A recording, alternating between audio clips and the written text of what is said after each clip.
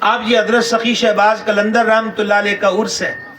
وہ حسینی سید ہیں، ان کا نام سید حافظ محمد عثمان مروندی ہے. وہ حافظ قرآن تھے، دینی کتابوں کے رائٹر تھے، خود امامت کرواتے تھے. دیکھا یہ کرامت سبحان اللہ والی کوئی بھی نہیں ہے. تے ہن تانوں کولوں بنا کے کرامت دسی ہے نا کہ ساری رات ڈھولتے نچدے سن تے تساں حال حال پا دینی ہے. سخی شہباز قلندر رحمۃ اللہ علیہ، ان کا نام حافظ محمد عثمان ہے. سید ہیں اور سید بھی حسینی، یعنی شہید کربلا، مظلوم کربلا، سید الشہداء، راکب دوش مصطفیٰ، کریم ابن کریم، مولا ابن مولا، سرکار سیدنا امام حسین علی جدہ الکریم وعلیہ الصلاۃ والتسلیم کی نسل کریمانہ کا شہزادہ ہے سخی شہباز قلندر. کتنے افسوس کی بات ہے کہ وہ شہباز قلندر جنہوں نے سیون کی دھرتی کو ناچنے والیوں کو سے پاک کیا اور ان ناچنے والیوں نے ان کے ہاتھ پر توبہ کی جب وہ تشریف لائے. اب حال یہ ہے کہ ان کے عرس کا عنوان باندھ کر شراب پلائی جا رہی ہے، چرس پلائی جا رہی ہے، نشہ پلایا جا رہا ہے، اور پھر کیا کہتے ہیں کہ یہ قلندری نشہ ہے. کیا ہے یہ؟ بولیں گے ذرا. قلندری نشہ. وہ پچھلے سال جب شب برات تھی تو ہم یہاں سے فارغ ہو کے نکل گئے تھے حیدرآباد سندھ پچھلے سال. تو 15 شعبان کو میں حیدرآباد میں تھا، تو اس کے بعد ہم وہاں سے کر کے حضرت سخی کی آستانے پر بھی حاضری کے لیے گئے کہ عرس شروع ہے. لیکن افسوس کے ساتھ کہنا پڑتا ہے کہ 4 جانب سے شراب کی بدبو، چرس کی بدبو. کہاں آئے ہو؟ ایک حسینی سید کی چوکھٹ پر، ایک اللہ کے ولی کے آستانے پر جو گنجے شکر کا یار تھا، سبحان اللہ، جو شیخ الاسلام بہاؤالدین زکریہ ملتانی کا یار تھا، وہ اللہ والا، وہ مرد کامل، اور اس کے عرس میلے اور مزار کے ساتھ ایسا ناپاک اور برا سلوک، یہ تو دشمن بھی نہیں کرتا جو عقیدت کے نام پہ ہمارے لوگ ان کے ساتھ کر رہے ہیں. سمجھ گئے؟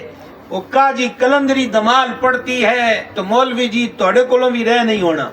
تو وہاں نہ بھی ہو، یہیں ڈھول بجانا شروع کر دو. ڈھول کی جو دمک ہوتی ہے اس میں ایک طبعی طور پر ایسا مسئلہ تو چھوٹے چھوٹے بچے تھرکنے لگ جاتے ہیں.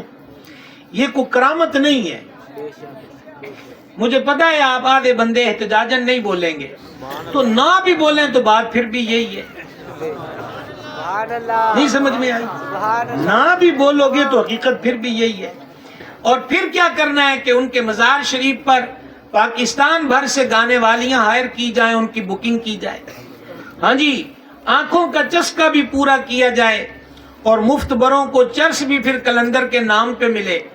4 دن نشہ دارو بھی ٹھیک رہے. سوچنا یہ ہے کہ قلندر نے ساری زندگی کیا کیا. سبحان اللہ. قلندر پاک نے ساری زندگی کیا کیا. کا شام قلندر، کیا کہتے ہیں شام کو؟ شام قلندر. قلندر کی شام ویسی ہی ہوگی جیسی شام ان کے جد کی کربلا میں تھی. اللہ اکبر، اللہ اکبر.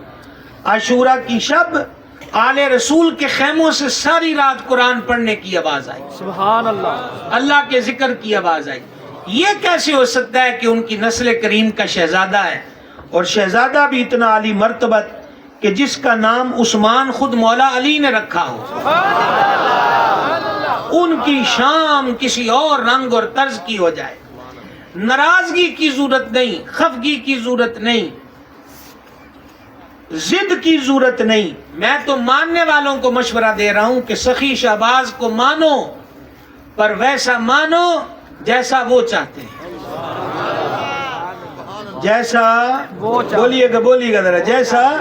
اب چرس کو قلندری نشہ، یہ مفت خوروں کو اور کیا چاہیے؟ جو مرضی نام دے دو. یعنی پورے سال میں اتنی چرس سندھ کے بارڈر میں داخل نہیں ہوتی جتنی حضرت سخی شہباز قلندر کے عرس پہ داخل ہو جائے. تو یہ ماننے والوں پر بھی تو سوالیہ نشان ہے. شراب کو قلندری نشہ. اب یہ اولاد کن کی ہے؟ حیدر کرار کی. مولا علی پاک کا ایک ارشاد سنو اور پھر ہمیں اونچی آواز میں بول کے بھی بتاؤ. پہلے سنو. مولا کائنات فرماتے ہیں کہ اگر شراب کا قطرہ کنویں میں گر جائے اور وہ کنویں کا پانی کھیت کو لگے اور اس کھیت میں سبزہ اگے اور وہ سبزہ جیسے اونٹنی اور گائے اور بکری کو کھلایا جائے، پھر اس کا دودھ دھویا جائے اور وہ دودھ علی کو پینے کو دیا جائے، تو علی وہ بھی نہیں پیے گا۔